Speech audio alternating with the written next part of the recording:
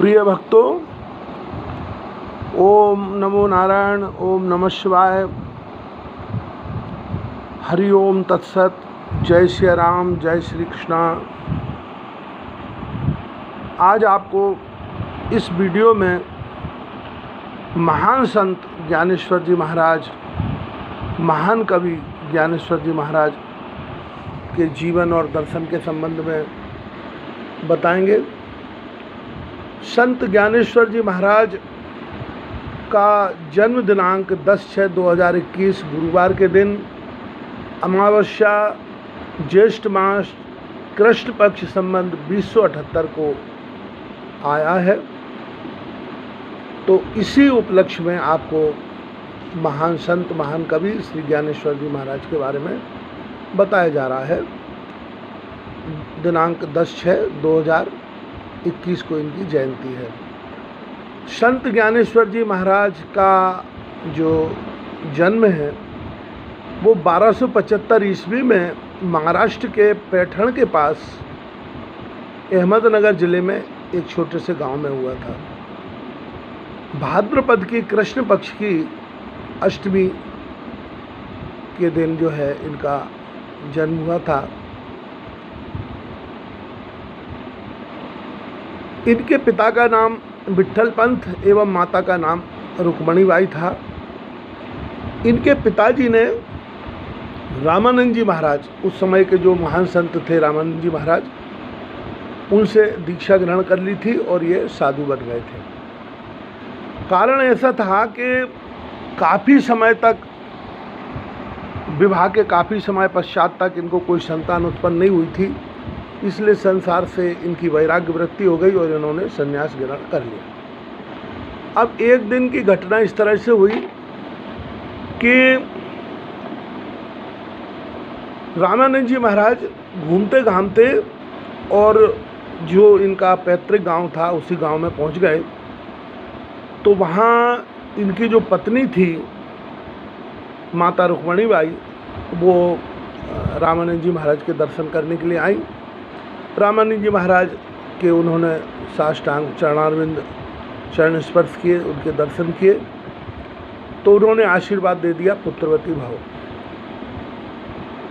तुम माता बनो और 4 बच्चों की माता बनो, ऐसा आशीर्वाद दे दिया।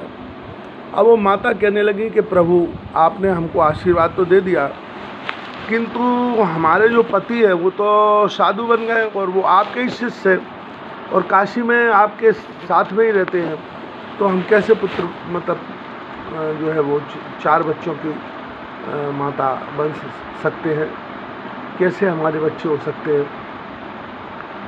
तो ज्ञानेश्वर जी महाराज ने कहा कि नहीं, अब हमने आशीर्वाद दिया है तो वो तो फलित होगा।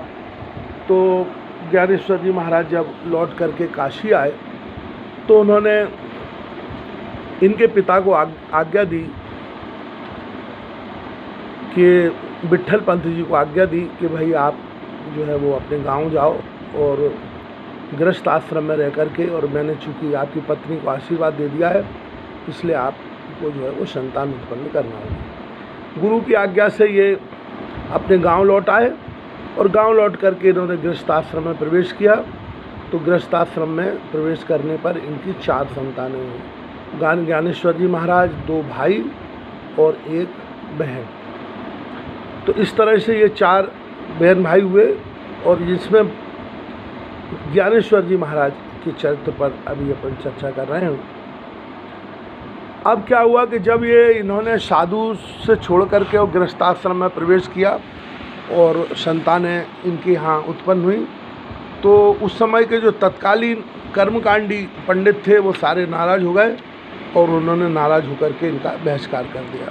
ये गरीब तो थे ही, भिक्षावृत्ति से अपना जीवन यापन करते थे, तो अब भिक्षा मिलना भी मुश्किल हो गई और इतने ये दुखी हो गए कि इन्होंने अपने छोटे छोटे 4 बच्चों को छोड़ करके और त्रिवेणी में जा कर के जल समाधि ले ली।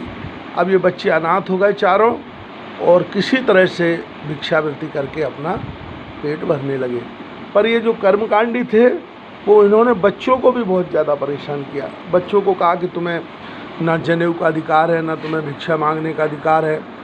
तो उस कारण से इनको अत्यंत कष्ट उठाना पड़ा। इनके जो दादाजी थे ज्ञानेश्वर जी महाराज के, वो गुरु गोरखनाथ के शिष्य थे और वो भी भगवान के भक्त थे। तो ये जो भगवान की भक्ति करना है, जो आध्यात्म का संस्कार है, वो इनके परिवार में पहले से बने हुए थे। अब ज्ञानेश्वर जी महाराज बचपन से ही परमात्मा के चरणों में इनकी रुचि थी, तो ये भगवान कृष्ण की भक्ति करने लगे और भक्ति करते करते इन्होंने ज्ञानेश्वरी गीता नाम की एक बड़ी प्रसिद्ध जो है वो रचना की। उस रचना से इनको बड़ा जो यश मिला और अन्य कई ग्रंथों की भी इन्होंने रचना की। इनकी भक्ति इतनी उच्च स्तर की थी कि इनसे कई चमत्कार होते रहते थे। कहते हैं कि एक बार कोई दुष्ट प्रकृति का व्यक्ति किसी भैंसे को मार रहा था, तो उस भैंसे को मारने से जो निशान थे वो इनके शरीर पर आ रहे थे। तो इन्होंने उसको रोका कि भाई तुम इसको मत मारो, भैंसे को जीवधारी है, इसको कष्ट होता है, तकलीफ होती है। तो उस व्यक्ति ने इनका मजाक उड़ाते हुए कहा कि तुम्हारा क्या संबंध है, तुम बड़े विद्वान बनते हो, ये तो जानवर है, ये कोई जो है शास्त्रों के श्लोक पढ़ सकता है क्या? तो कहते हैं कि ज्ञानेश्वर जी महाराज ने अपनी शक्ति से और उस भैंसे के मुख से वेद मंत्रों का पाठ करा दिया। इसी प्रकार से इनके अन्य कई चमत्कार भी हैं। कहते हैं कि एक बार इनसे एक बहुत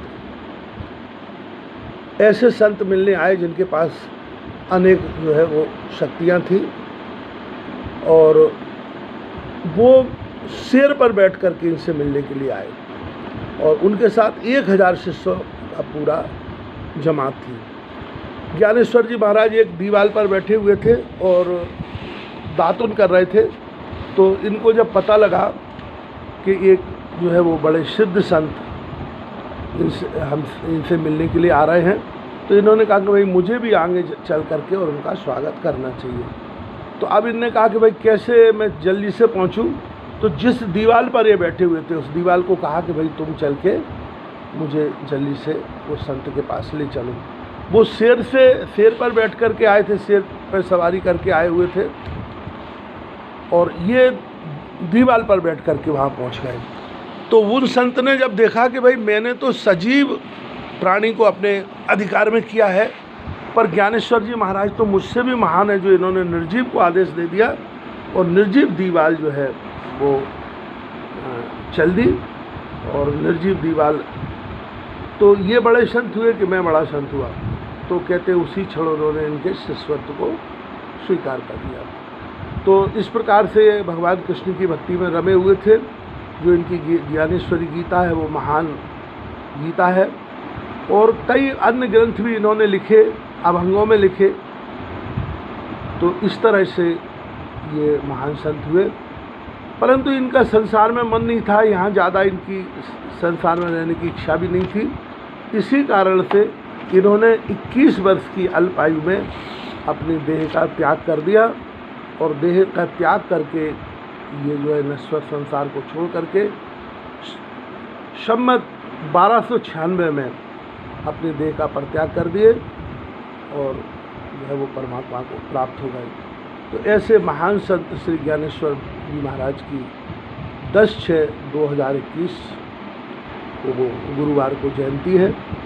तो इसलिए जो है ये विशेष जानकारी आपको इस प्रवचन में बताई गई। भगवान की कृपा आप सब भक्तों पर बनी रहे और भगवान आपका कल्याण करें। और इस संत ज्ञानेश्वर जी महाराज के चरणों में भी हम प्रणाम करते हैं। इस भारत भूमि पर समय समय पर इस प्रकार के संतों के अवतार होते रहते हैं, क्योंकि ये पुण्य धरा है, पुण्य भूमि है और ये भगवान के लीला अवतारों की भूमि है।